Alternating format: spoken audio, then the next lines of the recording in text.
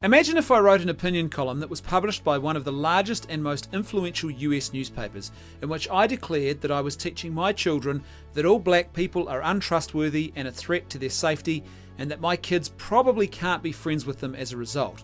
Sure, they could associate with them and pretend to be their friends, but because of the high rate of crime, violence and drug use amongst the black community, it just wasn't safe for my kids to trust black people until they had absolutely proved that they weren't violent criminals or drug dealers by participating in marches against drug dealing, violence and criminal offending in the black community.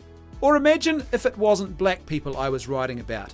Imagine if it was Asians, and I wrote that I was telling my kids that Asians couldn't be trusted because they tend to move into our countries, buy up all of our homes, and take away many of our business and employment opportunities. You would rightly be outraged at such an obviously racist view of the world, one that would teach young children that certain races are inherently untrustworthy, a threat to them, and therefore children should probably avoid making friends with them. And you would be totally right to be upset if you read something like that in one of America's largest newspapers. But here's the thing.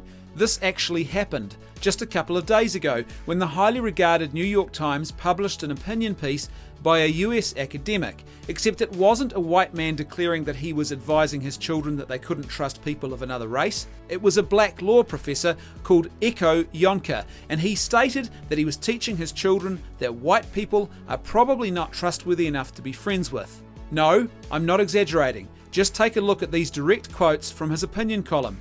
I will teach my boys the lesson generations old. I will teach them to be cautious. I will teach them suspicion, and I will teach them distrust. As against our gauzy national hopes, I will teach my boys to have profound doubts that friendship with white people is possible. Now, some people have tried to justify such a clearly problematic approach by saying that this is simply a use of extreme hyperbole in an attempt to shock society into having an urgent, nuanced, and genuinely intelligent conversation about racial issues. But here's the thing, that's not what this is doing at all.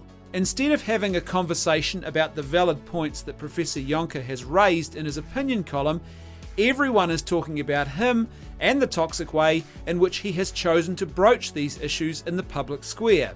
If this was intended to spark a national conversation in the USA about race relations, it has failed miserably. Instead, this approach gives ammunition to genuinely racist people on both sides of this issue, as well as giving other people who could be persuaded by intelligent arguments a reason to dismiss or be scared away from accepting any legitimate points that he makes in his commentary piece. In a follow-up interview on the Tucker Carlson show, Professor Yankah tried to suggest that his approach was justified as it was exactly like a father teaching his daughters not to trust men. But here's the problem. That's not what fathers should be teaching their daughters at all. Instead, we should be teaching our daughters to make prudent judgments about men based on the content of their character and their actions, not on their sex. How else will they ever hope to have truly meaningful friendships, romantic relationships, or marriages with men if we start out by instilling in them the toxic belief that all men are untrustworthy predators who they should avoid having meaningful relationships with? Here's the grand irony in all of this. In his New York Times opinion column, Professor Yankah refers to the Reverend Dr. Martin Luther King Jr. when he writes the following. The Reverend Dr. Martin Luther King Jr.'s famous dream of black and white children holding hands was a dream precisely because he realized that in Alabama, conditions of dominance made real friendship between white and black people impossible. But here's the thing. It seems to me that Professor Yankah is getting two things wrong here. Firstly, how could it be true that the Reverend Dr. Martin Luther King Jr. thought that friendship between white and black people was impossible? If he truly thought that, then why did he dedicate his entire life to achieving that very outcome? Secondly, I think that Professor Yankah is confusing a dream with a delusional fantasy.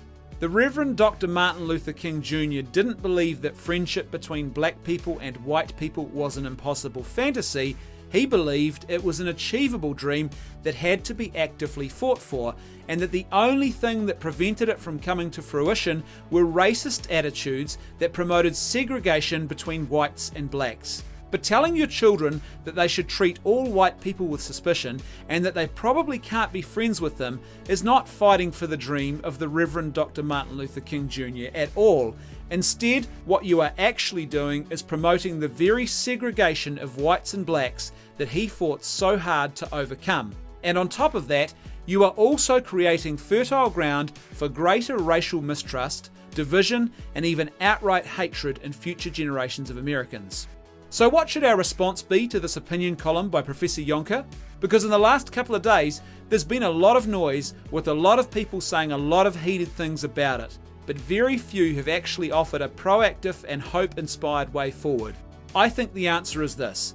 Those of us who know that genuine friendship and community between people of differing races is both possible and worthy of fighting for should not only be living this in our daily lives and teaching our children never to distrust or avoid friendship with anyone because of their race or the colour of their skin, but we should also be teaching our kids that genuine friendship with people of different ethnicities is the only way that we can ever hope to heal racial divisions and injustice where they exist in our society. As always, I'd love to hear your thoughts in the comments section below. And don't forget, if you find the content I'm producing informative or entertaining and you'd like to see more of it, then please consider supporting this channel on Patreon using the link that's on screen now or the one that's found in the description below. Thanks for your support, thanks for watching, I'll see you next time on Left Foot Media.